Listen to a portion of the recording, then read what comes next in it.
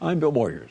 Congressman Joe Wilson was rebuked by the House this week for heckling the president during Mr. Obama's joint address to Congress. But that shout heard around the world is still reverberating out there in conservative circles. Most recently, over the weekend, where it became a chant for protesters at that huge taxpayer march on Washington. They came from all over the country to register their opposition to President Obama and big government.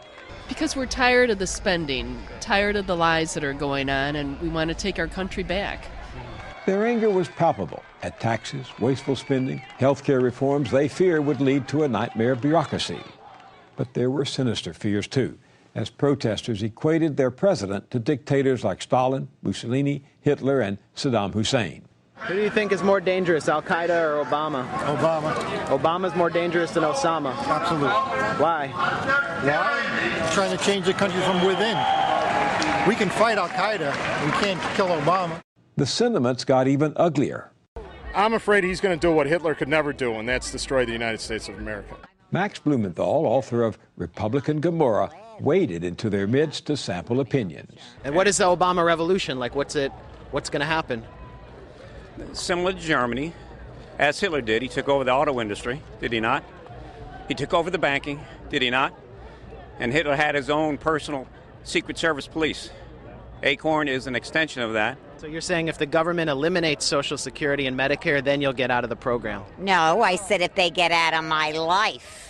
Out of your Social Security and... No, out of everything. Many were here at the urging of their favorite pundit, Glenn Beck. This is a collection of Americans who want both parties to stop with the corruption, stop with the spending, and start listening to the people. Fox's Griff Jenkins is there now in Washington, D.C. Hey, Griff.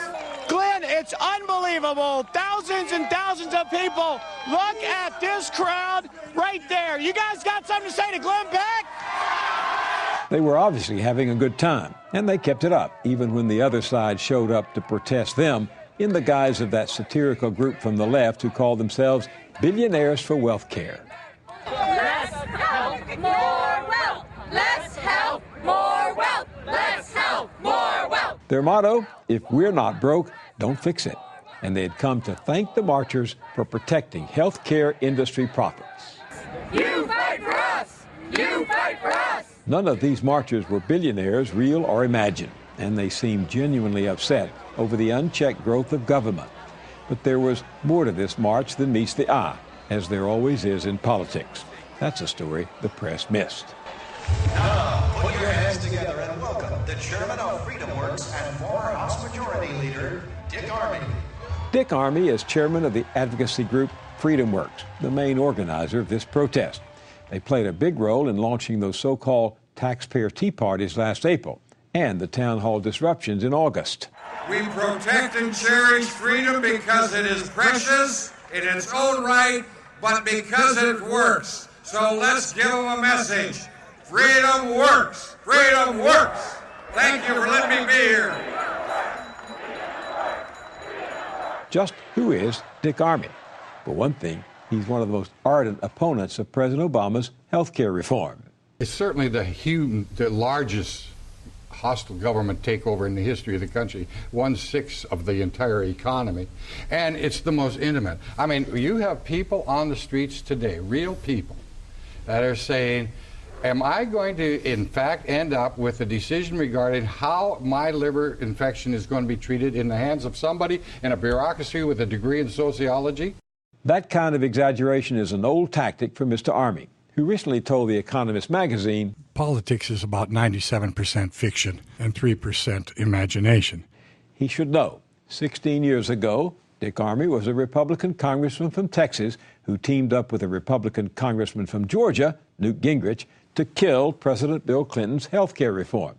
They called it Hillary Care back then, and Armey's main adversary was, guess who? Here they are, sparring in a hearing on Capitol Hill. While I don't share the chairman's joy at our holding hearings on a government-run health care system, I do share his intention to make the debate and the legislative process as exciting as possible. I'm sure you will do that, Mr. Armey.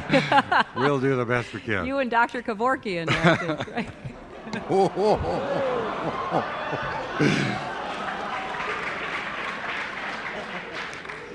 I have been told about your charm and wit, and let me say, the reports on your charm are overstated, and the reports on your wit are understated. Thank you very much.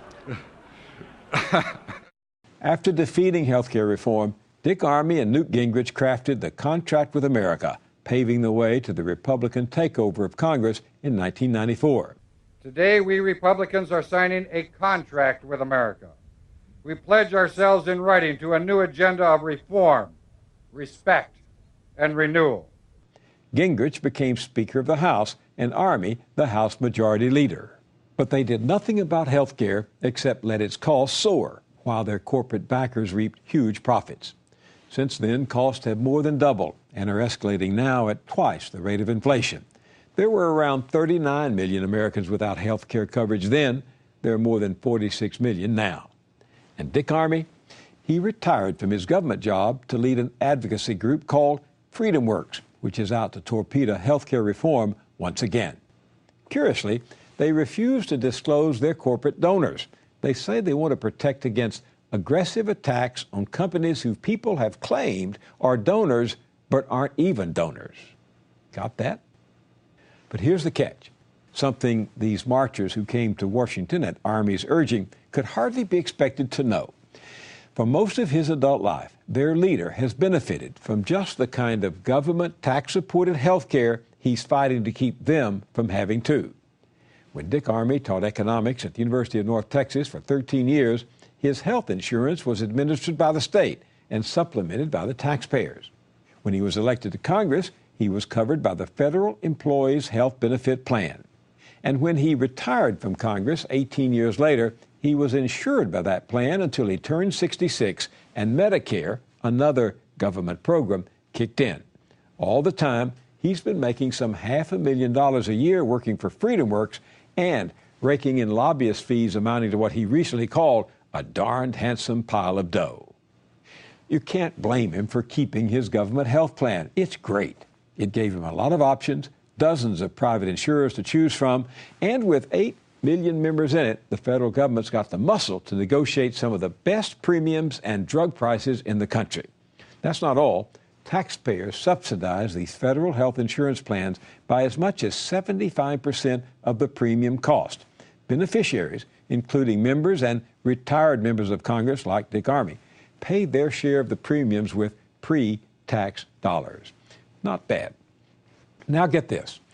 Dick Armey thought so much of that federal health plan, the Cadillac of coverage, that he tried to keep it as his primary carrier instead of that other federal program, Medicare.